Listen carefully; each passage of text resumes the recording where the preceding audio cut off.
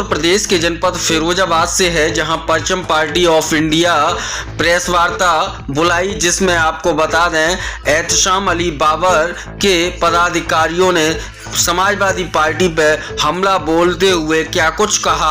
आप स्वयं देखिए कि जिस तरीके से समाजवादी पार्टी ने प्रेस वार्ता शिवम रेस्टोरेंट में की थी, उसके एवज में पलटवार करते हुए परचम पार्टी ऑफ इंडिया ने प्रेस वार्ता बुलाई। क्या कुछ कहना था पदाधिकारियों का, आप स्वयं देखिए खास रिपोर्ट। मैं परचम पार्टी ऑफ इंडिया का पार्षद पूर्व प्रत्याशी हूँ और अभी आपने देखा होगा कि कुछ दिन पहले 2 दिन पहले समाजवादी पार्टी की तरफ से एक प्रेस वार्ता की गई थी। उसमें तमाम आरोपों की झड़ी लगाई गई थी उमर एहतशाम अली बाबर साहब का, और उसमें जो समाजवादी पार्टी के महानगर अध्यक्ष हैं, वो कहने को तो महानगर अध्यक्ष हैं लेकिन एक पेड वर्कर के रूप में वो काम करते हैं। उन्हें जो आदेश होते हैं बड़े नेताओं के, वो वही करते हैं जो आदेश होते हैं बड़े नेताओं के। तो मैं उनसे महानगर अध्यक्ष जी से ये पूछना चाहूँगा कि उन्होंने जो लोकसभा प्रत्याशी, जो वर्तमान में लोकसभा प्रत्याशी हैं उमर एहतशाम अली बाबर साहब, उन पर जो 11 लाख और 6 लाख 2 तरीके से आरोप लगाया है, टोटल मिलाकर 17 लाख रुपये। तो अगर एहतशाम अली बाबर साहब ने पब्लिक का या जनता का या किसी भी संस्था का या किसी भी ट्रस्ट का वो पैसा हजम किया है या खा गए हैं, ऐसे इल्ज़ाम लगाए उन्होंने, तो उस पर कोई एविडेंस दें महानगर अध्यक्ष जी। अगर उनके पास कोई मजबूत प्रूफ है तो वो उसको पब्लिक करें, और अगर ये मनगढ़ंत आरोप लगा रहे हैं तो उसके लिए उन्हें उनकी जवाबदेही होगी। उसके लिए ये नोटिस जारी किया गया है परचम पार्टी ऑफ इंडिया की जानिब से, क्योंकि लोकसभा प्रत्याशी उमर एहतशाम अली बाबर साहब की बढ़ती लोकप्रियता को देखकर ये समाजवादी पार्टी के कार्यकर्ता महानगर अध्यक्ष जी और बढ़ती लोकप्रियता को देखकर एकदम पागल से होकर ये मनगढ़ंत आरोप लगाए हैं जिनका कोई जनाधार नहीं है, टोटल निराधार आरोप हैं ये। और बस मैं यही पूछना चाहूँगा, यही कहना चाहूँगा कि उनके पास अगर कोई साक्ष्य हैं तो वो पब्लिक करें, वरना अगर उनके पास कोई साक्ष्य नहीं है तो उन्हें सार्वजनिक मंच पर आकर उमर एहतशाम अली बाबर साहब से माफ़ी मांगनी होगी और इस नोटिस के जवाब देने होंगे। ये नोटिस जारी किया गया है और इसमें 15 दिन का समय है, 15 दिन के अंदर इसकी वो जवाबदेही होंगे।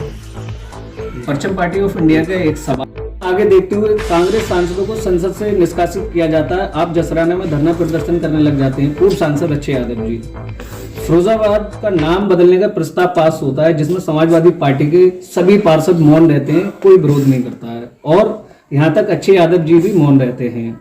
भारत सरकार द्वारा अल्पसंख्यक प्री मैट्रिक स्कॉलरशिप बंद कर दी जाती है पर कोई धरना प्रदर्शन नहीं करते हैं।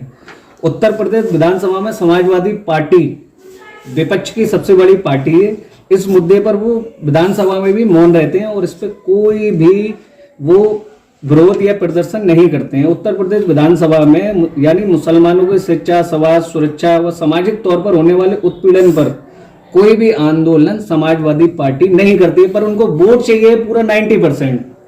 मुस्लिमों को वोट उनको पूरा चाहिए, अल्पसंख्यकों को वोट पूरा चाहिए, पर उनके लिए करेंगे कुछ नहीं। क्यों दें वही वोट हम अच्छे यादव जी को या समाजवादी पार्टी को, जब उनके मसलों पर, माइनॉरिटी के मसलों पर नहीं बोलोगे आप, तो वोट के लिए क्यों? आज अगर मेरे हिसाब से समाजवादी पार्टी के मौजूदा पार्षद जनाब कासिम सिद्दीकी साहब जो विरोध कर रहे हैं जनता के बीच में, उनके विरोध को पब्लिक ने इतना अच्छे तरीके से एक्सेप्ट किया, और जो है समाजवादी पार्टी के सपा के पार्षद है, उन्होंने जो विरोध किया है पब्लिक में जा जाके उनके जो काले करतूत है उनको खोल रहे हैं, और जनता में फिरोजाबाद में एक भारी विरोध है। और मैं चाहता हूँ हम वोट करें तो क्यों करें, मुस्लिम को हम वोट करें, समाजवादी को क्यों करें, किन मुद्दों को लेके करें।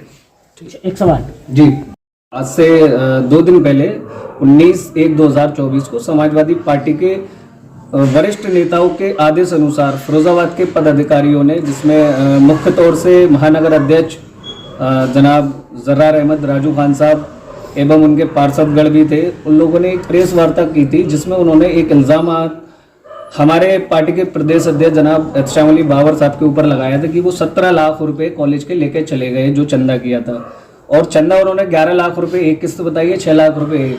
मैं उनसे पूछना चाहता हूं, जो चंदा आया था 17 लाख रुपए ट्रस्ट में, वो किस रूप में आया था? क्या चेक के रूप में आया था, या आपने कोई स्लिप काटी थी, या बाबर साहब ने कोई स्लिप काटी थी? अगर एक भी एविडेंस आपके पास है तो बहैसियत पार्टी का महानगर अध्यक्ष होने के नाते अगर आप कहीं से 1 रुपए की भी रसीद या चेक या किसी अकाउंट में दिखाओगे तो उसका देनदार मैं होऊंगा पार्टी के जिम्मेदारी होने के नाते। दूसरी चीज, उन्हीं के पार्षद जो है शारिक सलीम साहब, उन्होंने इल्जामात लगाया कि 17 लाख रुपए समाजवादी पार्टी ने दिया।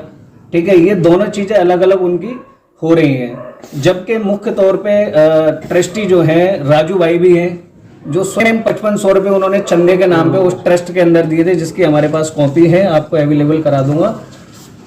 उसमें टोटल 11,000 रुपये चंदा आया था, जिसमें 5500 रुपये जर्रार अहमद राजू साहब, जो उन्होंने अभी तक दिए नहीं है, उन्होंने ऐलान किया था। 5500 रुपये एहतशाम अली बाबर साहब ने दिए थे। वो 11,000 रुपये के अलावा अगर ट्रस्ट में कोई चंदा आया हो तो उसका एविडेंस राजू जर्रार साहब को, या उनके पार्षदगण जो हैं पेड वर्कर हैं उनको, या स्वयं अक्षय यादव भी उस चंदे में शामिल थे। अगर चंदा हुआ है तो 17 लाख रुपए आए कहाँ से? इसके लिए हमने एक लीगल नोटिस भी जर्रार अहमद राजू और पार्षद शारिक सलीम के लिए भेजा है। 15 दिन में वो इस चीज़ का जवाब देंगे, जो उन्होंने हमारे लोकसभा प्रत्याशी एवं प्रदेश अध्यक्ष एहतशाम अली बाबर के ऊपर जो उनकी छवि है उसको धूमिल करने के लिए ये झूठ का जो परिंदा उन्होंने बांधा है, कहीं ना कहीं उनको इस चीज़ का जवाब देना होगा। अगर जवाब नहीं देंगे तो वो कोर्ट में जवाब देंगे। 15 दिन का समय है उनके पास। पहली बार जब एहतशाम बाबर साहब फिरोजाबाद में तशरीफ लाए और उन्होंने AMIM से चुनाव लड़वाया लोगों को, तब भी उन पर ऐसे एलिगेशन लगे थे और कई पार्षदों ने इसका विरोध भी किया था कि उन्होंने इस तरीके के लोगों से पार्षद का टिकट देने के लिए पैसे खाए हैं।